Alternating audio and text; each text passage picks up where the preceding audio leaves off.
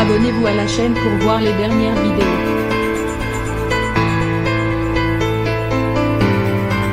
Faustine Bollaert fait partie intégrante de la chaîne France 2 depuis quelques années maintenant.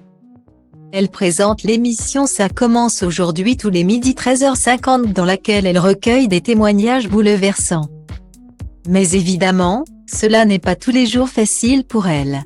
Pour cela, elle a une technique bien à elle pour se protéger des histoires qui peuvent être dures à entendre au quotidien, comme elle l'a confié dans les colonnes de Téléstar quelques heures avant la diffusion de sa nouvelle émission. Il ne faut surtout pas se blinder. Sinon on devient une machine qui laisse les témoignages glisser sur elle. Alors, j'ai mes petits rituels. Je me réfugie beaucoup dans l'humour pour dédramatiser, ou je m'efforce de revenir dans la vie de manière très terre à terre. En m'isolant dans ma loge pour faire la liste des courses, prendre un rendez-vous chez le dentiste. Organiser les petites choses du quotidien me permet de revenir à ma vie, assurait Faustine Bollaert. Mardi 16 novembre 2021, elle a donc présenté sa nouvelle émission Les temps changent, diffusée à 21h05 sur France 2. Une émission inspirée du programme Ça se discute, programme proposé dans les années 2000 par Jean-Luc Delarue, avouait Faustine Bollaert à Télé Loisirs. Au départ, nous planchions sur l'idée d'une émission spéciale pour le 25e anniversaire de Ça se discute. Et puis s'est imposée l'idée d'élargir notre propos à l'histoire plus large du témoignage à la télé.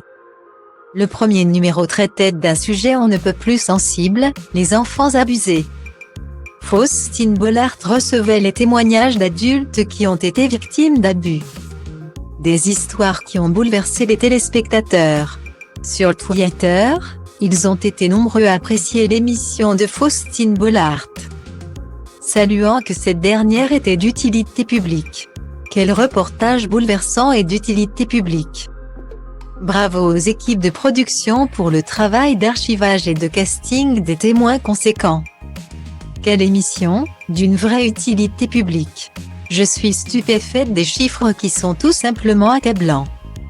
Un enfant est tout ce qu'il y a de plus innocent, ou encore alors que certains plaident stupidement pour supprimer le service public audiovisuel. Le documentaire Enfance volée, du tabou au combat sur la pédocriminalité est d'utilité publique. Nécessaire et indispensable pour que les temps changent vraiment.